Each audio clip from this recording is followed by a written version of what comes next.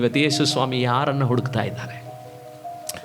ಮಕ್ಕಳ ಹಾಗೆ ತಮ್ಮ ಬಿಲ್ಡಪ್ಗಳನ್ನು ಬಿಟ್ಟವರನ್ನು ಯೇಸು ಸ್ವಾಮಿ ನೋಡ್ತಿದ್ದಾರೆ. ಒಬ್ಬ ಸಣ್ಣ ಗುಳ್ಳ ಜಕಾಯನಿಂದ ಇವತ್ತು ನೀವು ಬೆಳಗ್ಗೆ ಏನು ಕಲ್ತ್ಕೋಬೇಕು ಗೊತ್ತಾ?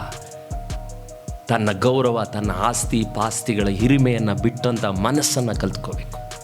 ಅವನು ಬಂದಂಥ ಕುಲದ ಬಗ್ಗೆನೋ ಅವನು ಬಂದಂಥ ರೀತಿ ಬಗ್ಗೆನೋ ಅವನಿಗೆ ಯಾವುದೇ ಹೆಮ್ಮೆ ಇಲ್ಲ.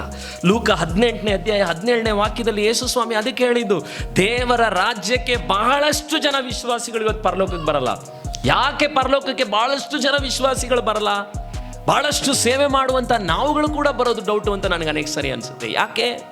ಲೂಕ 18:17 ಯೇಸು ಸ್ವಾಮಿ ಹೇಳ್ತಾನೆ, ನಿಮಗೆ ಸತ್ಯವಾಗಿ ಹೇಳ್ತೇನೆ, ಯಾವನು ಶಿಶುಭಾವದಿಂದ ದೇವರ ರಾಜ್ಯವನ್ನು ಅಂಗೀಕರಿಸುವುದಿಲ್ಲವೋ ಅವನೇನಾಗಲ್ಲಂತೆ, ಅದರಲ್ಲಿ ಸೇರುವುದೇ ಇಲ್ಲ. ಒಂದು ಸಣ್ಣ ಮಗು ಥರ ಆಗಲಿಲ್ಲ ಅಂದರೆ ನೀನು ಎಲ್ಲಿಗೆ ಹೋಗಲ್ವಂತೆ?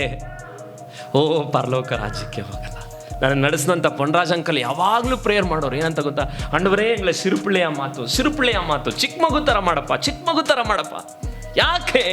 ಸಣ್ಣ ಮಗುವಿನಂತ ಆಗದೆ ಇದ್ರೆ ಅವನಿಗೆ ದೇವರ ರಾಜ್ಯ ಸಿಗಲ್ಲ. ಅದಕ್ಕೆ ಜಗತ್ತಿನಲ್ಲಿ ಸಕ್ಸಸ್ ಪೀಪಲ್ಗಳು, ಸೆಲೆಬ್ರಿಟಿಗಳು, ಫಿಲ್ಮ್ ಸ್ಟಾರ್ಸ್ಗಳು, ದೊಡ್ಡ ದೊಡ್ಡ ಶ್ರೀಮಂತರುಗಳಿಗೆ ಯೇಸು ಸ್ವಾಮಿ ಸಿಕ್ಕಿಲ್ಲ. ಕಾರಣ ಅವರಿಗಿರುವಂಥ ಅಹಂಕಾರ. ಅವರು ಜಗತ್ತಿನಲ್ಲಿ ಅವರಿಗಿರುವಂಥ ಯಶಸ್ಸು, ಅವರಿಗಿರುವಂಥ ಆಸ್ತಿ ಪಾಸ್ತಿಗಳು ಅವ್ರ ಕಣ್ಗಳನ್ನು ಮರೆ ಮಾಡಿಬಿಟ್ಟಿದೆ. ಅಹಂಕಾರ ಚರ್ಚ್ ಒಳಗಡೆ ಕೂಡ ಇದೆ ಇವತ್ತು ವಿಶ್ವಾಸಿಗಳಿಗೆ. ಮಕ್ಕಳ ಬುದ್ಧಿ ಎಲ್ಲ ನಮಗೆ ಬರಬೇಕಾಗಿರೋದು ಮಕ್ಕಳ ಸ್ವಭಾವ. ಅಂದರೆ ನಾವು ಹೇಳ್ತೀವಿ ಚೈಲ್ಡಿಶ್, ಹೆಂಗೆ ನಡ್ಕೊಂತ ನೋಡು, ಒಂದು ಬುದ್ಧಿ ಇಲ್ದೇನೋ ಅದಲ್ಲ. ಮಕ್ಕಳ ಸ್ವಭಾವ ಸರಳರಾಗಿ ಮಗುವಿನಂತೆ ಹುಡುಕುವಂತಹ ದೇವರ ಮಕ್ಕಳಿಗೆ ಮಾತ್ರನೇ ಯೇಸು ಸ್ವಾಮಿ ಕಡೆಯ ಕಾಲದಲ್ಲಿ ಸಿಗ್ತಾನೆ.